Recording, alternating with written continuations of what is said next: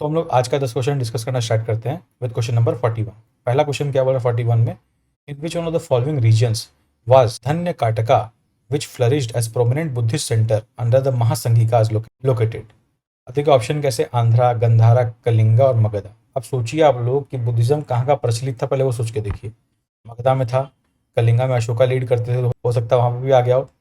पर वहाँ पे मेनली आपको पता होगा कलिंगा साइड में जैनिज्म ज़्यादा चलता था। फिर Gandhara, Gandhara school of art, very popular Buddhist site, हो सकता है आंध्रा हो, आंध्रा का नहीं पता। आपको मोस्ट अनप्रोबेबल ऑप्शन गेसिंग के हिसाब से आंध्रा लगेगा, पर वही सही आंसर है। फैक्चुअल जानकारी है, धन्य काटेगा, आपको नहीं कोई और लॉजिक या रेफरेंस मिलेगा जनरली पढ़ाई में से शायद, तो आप आंध्रा के संग is the right answer, is the factual answer. Generally आप लोगों ने क्वेश्चन रॉन्ग किया होगा, इसलिए मैं इसको मीडियम कैटेगरी में मानता हूँ। वैसे इजी क्वेश्चन है, फैक्चुअल बेस्ड है, but it's a off beat question in general. 42 number question पे आते हैं। With reference to ancient India consider the following statement. Statement क्या है, the concept of stupa is Buddhist origin. गलत बात है, आपको पता है ऋग वेदा में हम लोग जब पढ़ते भी है स्तूपा के बारे में तो पता चलता है ऋग वेदा में भी ऑलरेडी हम लोग का कॉन्सेप्ट था कि राख को रख के पत्थर के अंदर रखने वाला कॉन्सेप्ट स्तूपा वाला पहले से था, और एंशियंट हिस्ट्री में हम लोग उसको ऑलरेडी यूज करते रहे हैं। तो ऋग वेदा में लिखा गया तो बुद्धिस्ट ऑरिजिन तो नहीं हुआ, तो वन इज रॉन्ग। फिर सेकंड स्टेटमेंट क्या है, stupa was generally repository of relics, ये हम लोग बात किया कि रेलिक्स स्टोर किया था उसके अंदर, बिल्कुल सही बात है। फिर थर्ड नंबर क्या बोल रहा है, stupa was a वोटिव and commemorative structure in the Buddhist tradition, बिल्कुल सही बात है। जितनी बोधिसत्व के पर्सपेक्टिव में जितने भी महान बोधिसत्व रहे हैं या बुद्धा खुद भी रहे हैं, उनके राग को रखा गया है। बेसिकली एक कॉमेमोरेटिव स्ट्रक्चर बनाया गया बुद्धिस्ट ट्रेडिशन के अनुसार, जो भी महान आदमी बुद्धिज्म का चला जाता है तो उनके ध्यान में उसको बनाया जाता है ताकि लोग उसकी पूजा कर सकें। एक कॉन्सेप्ट वैसा भी होता है, तो इसका आंसर होगा बी, ओनली 2 इज करेक्ट, मैंने 2 और 3 वाला स्टेटमेंट सही है। अब आते हैं नेक्स्ट क्वेश्चन पे। 43 नंबर क्वेश्चन क्या बोल रहा है, with reference to ancient South India Korkai, Pompoi, Muchiri were well known as. अब देखिए इस टाइप का क्वेश्चन जब भी आया ना, ऑप्शन देखिए, कैपिटल सिटीज हो सकता है, पोर्ट्स हो सकता है, centre for iron and steel making भगवान जाने, शाइन ऑफ जैन, इतना का बिल्कुल लग ही नहीं रहा है, कभी सुना ही नहीं है सबके बारे में, ठीक है। तो यूपीएससी का एक प्रॉब्लम है कि एक ना क्वेश्चन पोर्ट्स पे देगा। ऐसा क्वेश्चन में अगर आपको नहीं समझ में आ रहा है कोरकाई, पोम्पुराई, मुचिरी क्या है, तो आप सेफली पोर्ट मार के आगे बढ़ सकते हो, ये होगा गेसिंग टेक्निक, ठीक है। अगर आपको गेस नहीं करना तो फैक्चुअली आपको पता रहेगा तभी चलेगा। बेसिकली एंशियंट पोर्ट्स है, संगम लिटरेचर के टाइम पे इन पोर्ट्स का वर्णन किया गया था संगम टेक्स्ट के अंदर, तो इसका आंसर बी है। अब देखिए संगम का इसके पहले क्वेश्चन है, अगला क्वेश्चन भी संगम से है, इससे आपको समझ में आता है यूपीएससी का माइंडसेट कैसा है क्वेश्चन बनाते time. Take a topic, make 1 or 2 relevant question, then move forward. 44 number question क्या बोल रहा है, which one of the following explains the practice of Vatakkiruttal as mentioned in Sangam poems. अब देखिए पहले तो ऑप्शन पढ़ लीजिए। ऑप्शन क्या बोल रहा है, kings employing women bodyguards. Kings employing women bodyguards अपने गुप्ता पीरियड में पढ़ते हैं। Learned person assembling in the royal courts to discuss religious and philosophical matters, ये अपने अकबर के टाइम पे पढ़ते हैं। फिर young girls keeping watch over agriculture fields and driving away birds and animals, ये पता नहीं कहाँ पढ़ते हैं, नो आइडिया। फिर a king defeated in the battle committing ritual suicide by starving himself to death. अब देखिए ये चीज़ ऐसा है ना जो आपने डेफिनेटली संगम लिटरेचर में पढ़ा होगा।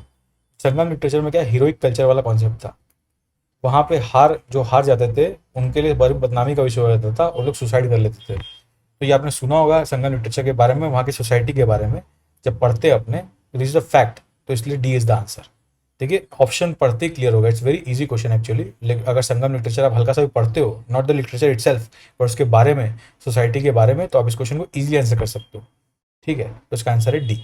45 नंबर क्वेश्चन क्या बोल रहा है, consider the following dynasty. 4 dynasty का नाम दिया है, अपने को बताना how many of the above dynasties establish their kingdom in the early 8th century. अब अर्ली 8th सेंचुरी क्या हुआ, 750 के आसपास वाला हर्षवर्धन के टाइम पे। अब हर्षवर्धन के टाइम पे ना तो होयसाला थे ना गाधावाला थे, इसका तो पता नहीं श्योर, पर काकातिया तो बिल्कुल नहीं थे, तो 11th-12th सेंचुरी के बात है।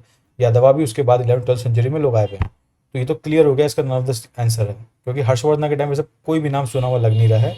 It's completely wrong, medieval period में लोग कोई नहीं था, ये लोग एंशियंट और मिडिवल के ट्रांजिशन में कहीं भी नहीं था, देवर इन द मिडिवल प्रॉपरली, तो इसका आंसर होगा डी। वैसे फैक्चुअल क्वेश्चन है, इसको मैं मीडियम कैटेगरी में डालूंगा, कई लोग को ऐसे बाई फैक्ट याद नहीं रहता तो उनका रॉन्ग हो सकता है। अब 46 नंबर क्वेश्चन क्या बोल रहा है, with reference to ancient Indian history consider the following pairs. कुछ एंशियंट इंडियन हिस्ट्री के लिटरेरी वर्क्स के नाम दिए गए हैं और उनको ऑथर का नाम दिया गया है, आपको मैच द कॉलम करना, बेसिकली वैसा वाला बात है। फैक्चुअल सवाल, अगर आपको नहीं पता तो नहीं पता, इसमें दिमाग लगाने की जरूरत नहीं है, ये सब क्वेश्चन में गेस नहीं चलता, ये सब पता है तो पता, वरना मूव ऑन। ये मिलिंद पाना इज द मोस्ट कॉमन है, जो हम लोग सुना होगा नागा सेना ने लिखा है, बट यूपीएससी पास्ट में क्वेश्चन में नागा सेना और नागार्जुना में डिफरेंस कर चुका है 1997 के क्वेश्चन में, तो इसको आप रॉन्ग मान के चलोगे क्योंकि यूपीएससी डिफरेंस कर चुका है। अगर वरना नागार्जुना भी नागा सेना का दूसरा नाम था तो वैसे आप राइट मान सकते हो, बट आइडियली यूपीएससी ने 1997 के क्वेश्चन में नागार्जुन और नागासेना को डिफरेंस कर चुका है, तो इसको रॉन्ग मान के चलेंगे। थर्ड इज रॉन्ग, इसीलिए अपना आंसर होगा बी, ओनली 2 इज राइट। ये 2 नंबर जो है हमीरा महाकाव्य जो नायाचंद्र सूर्य ने लिखा था, और नीति वाक्य मित्र जो कि सोमदेव सूर्य ने लिखा था, ये दोनों करेक्ट है, इसलिए इसका आंसर होगा ओनली 2। नाउ 47 नंबर क्वेश्चन पे आते हैं। 47 नंबर क्वेश्चन क्या बोल रहा है, souls are not only the property of animal and plant life but also of rocks, running water and many other natural objects not looked on as living by other religious sects. अब देखिए, ये आपको पढ़ के पता चल जाना चाहिए कि ऐसा कौन सा धर्म है जो पत्थरों में भी जान समझता है। जैनिज्म, क्लियरली बात है, उन लोग समझते हैं भाई, देखिए कि जानवरों में तो जान होते ही है, पत्ते पौधों में भी जान होता है, इसलिए लोग बिना कपड़े के रहते हैं, समझ, वो लोग उसमें भी लाइफ समझते हैं, धरती पे बैठते हैं, पूजा करके बैठते हैं।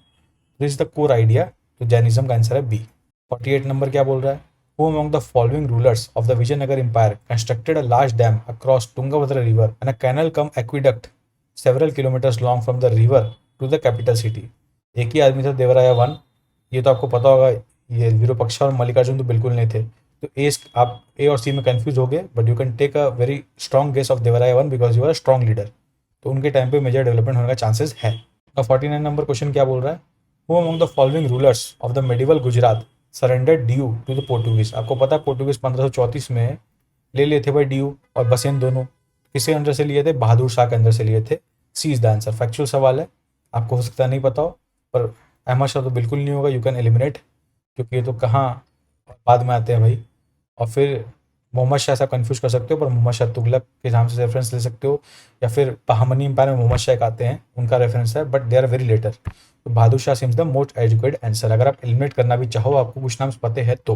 50 नंबर क्वेश्चन में आते हैं, by which one of the following acts was the governor general of Bengal designated as the governor general of India.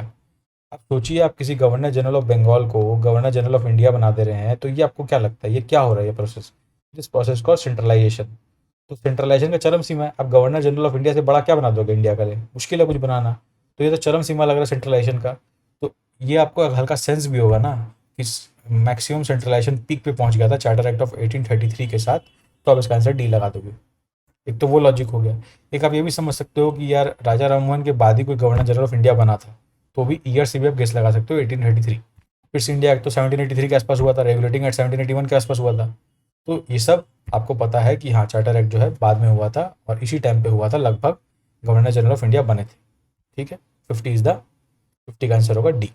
तो यही था आज का 10 क्वेश्चन। अब नेक्स्ट 10 क्वेश्चन के लिए दोबारा जुड़ेंगे हम लोग बाद में, तब तक के लिए बेस्ट विशेस।